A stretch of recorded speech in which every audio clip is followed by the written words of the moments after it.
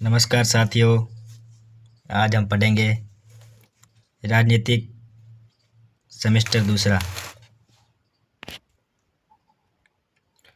तो यह है इस किताब का पहला पाठ, प्रमुख वैचारिक आयाम।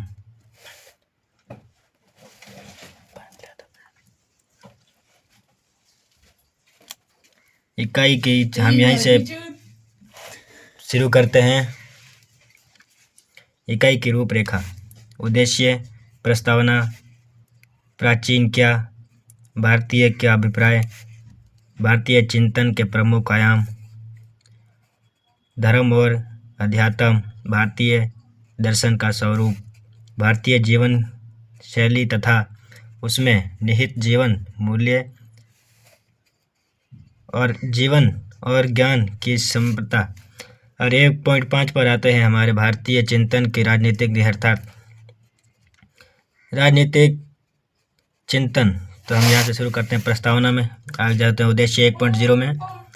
उद्देश्य, इस इकाई के कई अध्ययन के उपरांत आप जान पाएंगे प्राचीन भारतीय चिंतन के आयामों से परिचय, उसके पार्श्व कारकों धर्म, दर्शन, ज्ञान, जीवन आदि का अभिमान, चिंतन, भारतीय चिंतन के राजनीतिक निहितार्थों का अनावरण, जीवन के उत्कर्षणी राजनीतिक अभिव्यंजनों का निरूपण। तो हम यहाँ से शुरू करते हैं। पहला टॉपिक हमारा होगा प्रस्तावना में,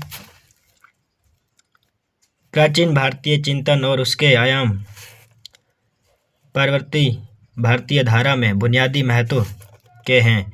वहाँ प्रकट विचार संकेत तथा ज्ञान धाराएं बाद के वैचारिक क्रम से यथावत रही हैं। जब क्रम टूटा तो केवल